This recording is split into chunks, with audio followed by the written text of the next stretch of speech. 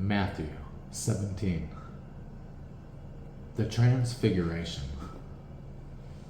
6 days later, Jesus took Peter and the two brothers, James and John, and led them up a high mountain to be alone. As the men watched, Jesus' appearance was transformed so that his face shone like the sun, and his clothes became as white as light. Suddenly, Moses and Elijah appeared and began talking with Jesus. Peter exclaimed, "Lord, it's wonderful for us to be here. If you want, I'll make 3 shelters as memorials, one for you, one for Moses, and one for Elijah." But even as he spoke, a bright cloud overshadowed them, and a voice from the cloud said, "This is my dearly loved son, who brings me great joy. Listen to him." The disciples were terrified and fell face down on the ground. Then Jesus came over and touched them. "Get up," he said. "Don't be afraid." And when they looked up, Moses and Elijah were gone, and they saw only Jesus. As they went back down the mountain, Jesus commanded them, "Don't tell anyone what you have seen until the Son of Man has been raised from the dead." Then his disciples asked him, "Why do the teachers of religious law insist that Elijah must return before the Messiah comes?" Jesus replied, "Elijah is indeed coming first to get everything ready. But I tell you, Elijah is already come. But he wasn't recognized, and they chose to abuse him. And in the same way, they will also make the Son of Man suffer." Then the disciples realized he was talking about John the Baptist. Jesus heals a demon-possessed boy. At the foot of the mountain, a large crowd was waiting for them. A man came and knelt before Jesus and said, "Lord, have mercy on my son. He has seizures and suffers terribly.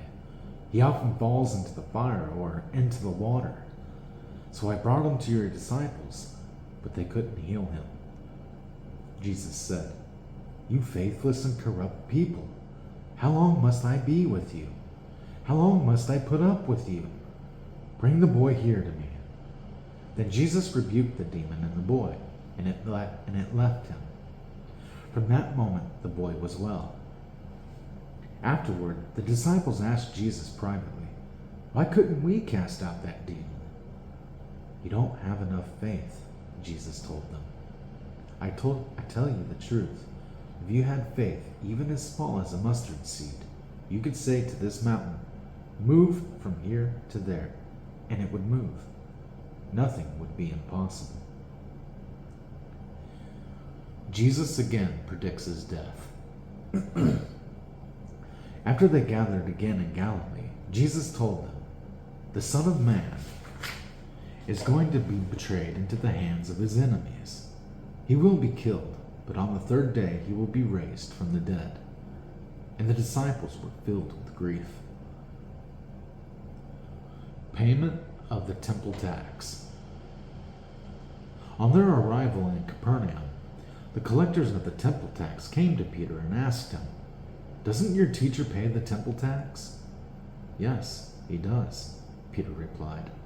Then he went into the house. But before he had a chance to speak, Jesus asked him, "What do you think, Peter? Do kings tax their own people or the people they have conquered?" "They tax the people they have conquered," Peter replied. "Well then," Jesus said, "the citizens are free. However, we don't want to offend them, so go down to the lake and throw in a line. Open the mouth of the first fish you catch, and you will find a large silver coin. Take it and pay the tax for both of us."